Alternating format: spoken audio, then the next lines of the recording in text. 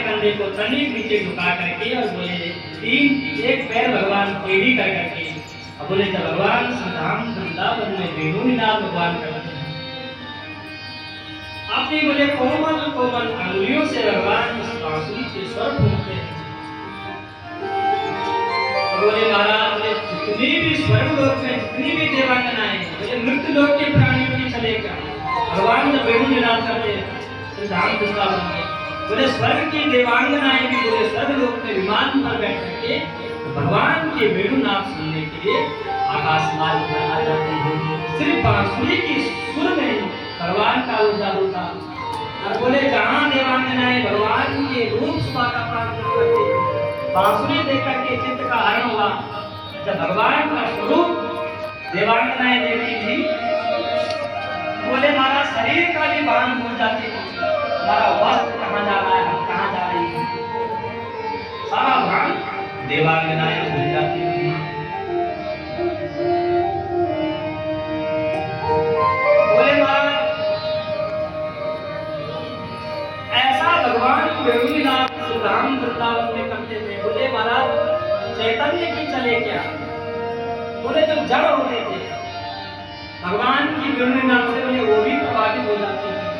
जो बोले बड़े बड़े वृंदावन के शिखर हैं विपरीत क्रियाएं बोले वृंदावन के जो शिखर हैं वो पिघलने लग गए भगवान की वेणुनाद से और बोले जो जमुना निरंतर कल कल करके बह रही है वो जमुना भगवान के वेणुनाद से स्तब्ध हो जाती थी महाराज रुक जाती थी बहना हो जाती थी विपरीत क्रियाएं जो गोवर्धन बोले स्थिर था वो बहने लग गया पिघल गया और जो जमुना निरंतर बह रही है जमुना महारानी स्तब्ध हो गई। महाराज बोले जो वन्य जीव जो उस वन में रहते थे गाय बछड़े वृंदसो पृथ्वी सामने गावो वेणुवाद्य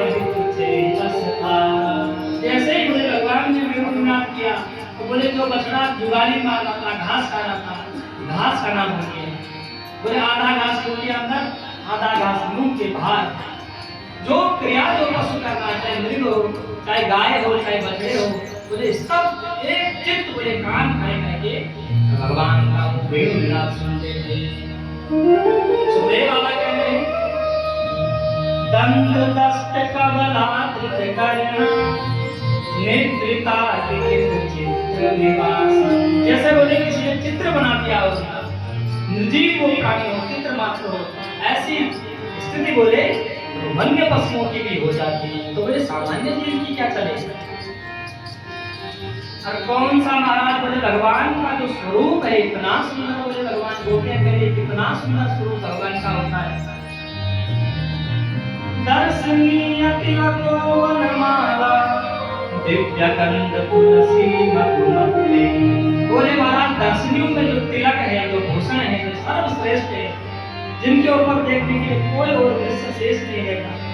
संसार का इस धराधाम का या त्रैलोक्य का जो सबसे सुंदर दृश्य है, बोले उसके तिलक है भगवान, इतना सुंदर भगवान का वो स्वरूप होता है। अब बोले दिव्य गंध तुलसी मधुमती, इतना सुंदर स्वरूप भगवान का है, और उसमें भगवान के वन में जो तुलसी होती है उसकी भगवान माला धारण की, तुलसी के पत्तों की वन में खुशबू की भगवान माला धारण करते हैं।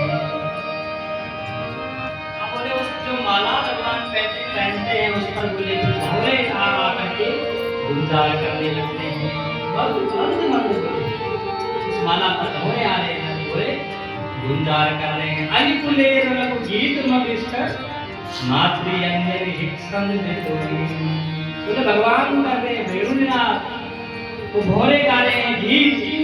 बोले तबला कौन बजा रहा है? तो बोले फिर मेघ मंडल आ जाते हैं आकाश में, बोले मंद मंद मधुकर जजीवेगा, भगवान के साथ में बादल घटना करते हैं, मानो तबले की कवि वो बादल मस्ती करते हैं। और बोले कौन सा संगीत भगवान अपनी बांसुरी पर बजाते हैं, कोई भी जान नहीं पाता। 3 संगीतज्ञों के नाम दिए, कौन सा राग भगवान बजाते हैं? भगवान की बांसुरी का वैशिष्ट कोई नहीं जान पाता है। बड़े बड़े संगीतकार भी बोले 3 संगीतज्ञों के नाम सुदेव बाबा जी बोले, बोले शक्र सर्व परमेश की होगा। शक्र कहते हैं इंद्र को, इंद्र के दरबार में बोले कुछ न कुछ संगीत का आयोजन होता रहता है, इंद्र भी संगीत को जानने वाला है। सर्व कहते हैं भगवान शंकर को, नटराज उन्होंने नृत्य किया था, भगवान शंकर के धनुष से 14 महर्षियों से पूछे, भगवान शंकर भी संगीत के जानकार है। बोले ब्रह्मा जी, किसने? ब्रह्मा जी, ब्रह्मा जी ने वेदों की रचना करी और सामवेद में संगीत ब्रह्मा जी ने करा हुआ। बोले तीनों संगीतकार भी भगवान की बांसुरी का रहस्य नहीं जान पाते। बहुत सारा भगवान की बांसुरी